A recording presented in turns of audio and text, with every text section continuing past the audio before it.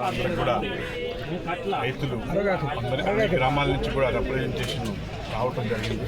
వారందరికీ కూడా ధన్యవాదాలు. ముఖ్యంగా ఈ 4 రోజుల నుంచి పత్రికా విలేకరులు కానీ అందరూ కూడా ఈ ఉద్యమానికి సహకరిస్తున్నారు.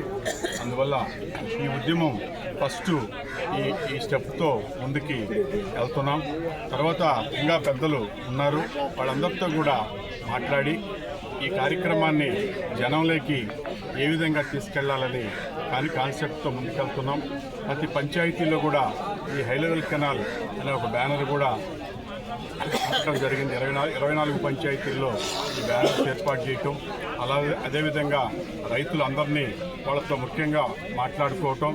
ఎవరైతే ఎందుకంటే పార్టీలకు అతీతంగా ఇది ఒక మహోద్యమం, ఇది పార్టీలతో సంబంధం లేకుండా తెలుగుదేశం ఉండొచ్చు, వైఎస్ఆర్ ఉండొచ్చు, సిపిఎం ఉండొచ్చు, కాంగ్రెస్ ఉండొచ్చు, అన్ని పార్టీలు కూడా రైతు నాయకులు రైతులకు పడే ఇబ్బందులు ఇవన్నీ కూడా మనం చూస్తున్నాం.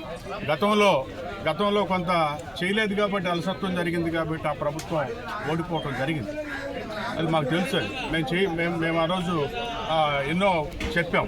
తర్వాత ఈ ప్రభుత్వం 3వ బడ్జెట్ ఇది 3వ బడ్జెట్లో కూడా ఈసారి కేటాయించకపోతే చాలా దారుణంగా మళ్ళా మన ఉదయగిరి పరిపాడు ఈ ఆత్మకూరు తాలూకా నష్టపోవాల్సి వస్తుంది. అందువల్ల అందరితో కూడా ముఖ్య నాయకులు అందరితో కూడా మేము నిన్న ఫోన్లు చేయటం కూడా జరిగింది. అందరికి కూడా సహకరించిన వాళ్ళందరికీ కూడా వాళ్ళకి ధన్యవాదాలు అందరికి కూడా.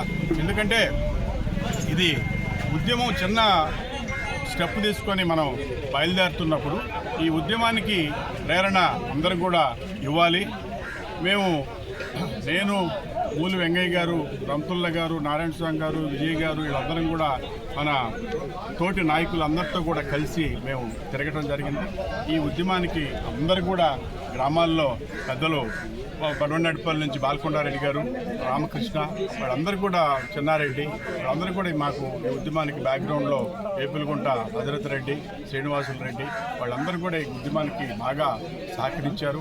వాళ్ళందరికీ కూడా ఎక్కువరం నుంచి నారాయణ స్వామి, బాబు, అందరూ కూడా ఈ ఉద్యమాల్లో పార్టిసిపేట్ చేయాలి.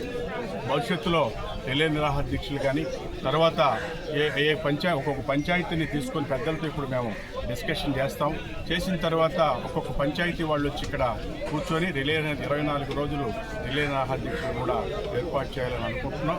మరి పనులు ఇవన్నీ కూడా సమన్వయం చేసుకొని దానికి ముందుకెళ్తాం.